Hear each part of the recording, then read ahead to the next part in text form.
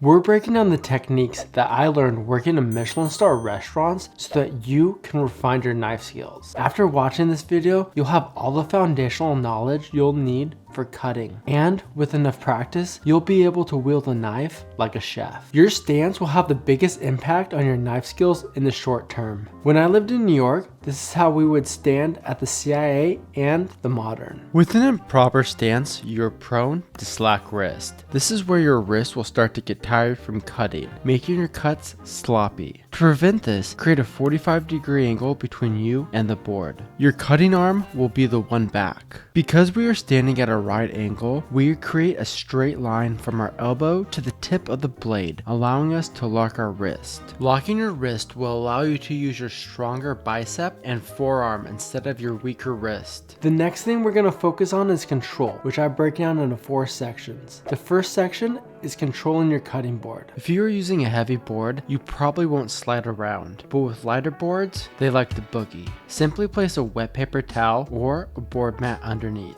Second is how to grip your knife. The 3 most common are the murderer, the accuser, and the pinch grip. The murderer grip has the least control, but at least there won't be any blood. The accuser grip, your fingers can slip, and there probably will be blood. The pinch grip is both the safest and offers the most control over the knife. The third thing you want to focus on is how to grip the food with the claw grip. Tuck your fingertips under to hold the food, using the middle of your finger to guide the side of the knife. You then can move your finger back to cut more food. Last, you have to control the clutter. To stay organized while prepping, most Michelin star restaurants use what is known as the 3-container method. The first container is for raw products, the second container is for trim, and the third is for the final product. Knives cut the most efficiently with either a push or a pull motion, but for harder ingredients that you want to cut small, rocking the knife works well. The first knife cut that we'll be going over is a julienne. Because the cut is so small, most cooks in Michelin star restaurants will use a mandolin to efficiently cut it. Slice the ingredient as thin as possible, then stack the slices. Trim the ingredients to even up the cuts. Then cut the ingredients so that it is the same width as its height, between 1/16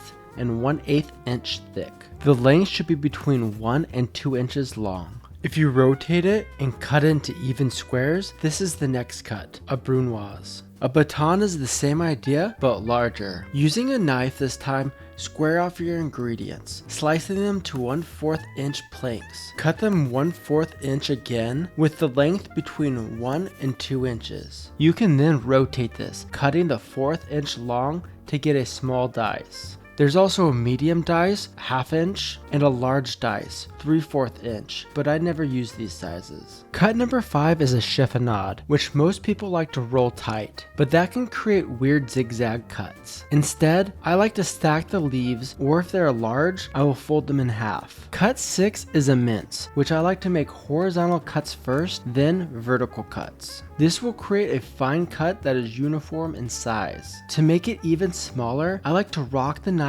back and forth, which is known as a hachet. The last cut is for long, round vegetables like carrots, parsnips, and zucchini, known as an oblique cut. Cut your vegetables to have 3 sides by rolling the vegetable. If your vegetable is too thick, you can cut it in half or 4ths, keeping that 3-sided shape. Are you a home cook looking to elevate your cooking? You should check out my Michelin at Home Accelerator. We're going to be developing key culinary skills, creating your own signature dish, and crafting a multi-course tasting menu around your signature dish, all while receiving personalized feedback from me. Spots are limited, link is in the description. If you enjoyed this video, you should check out this Michelin Basics playlist next.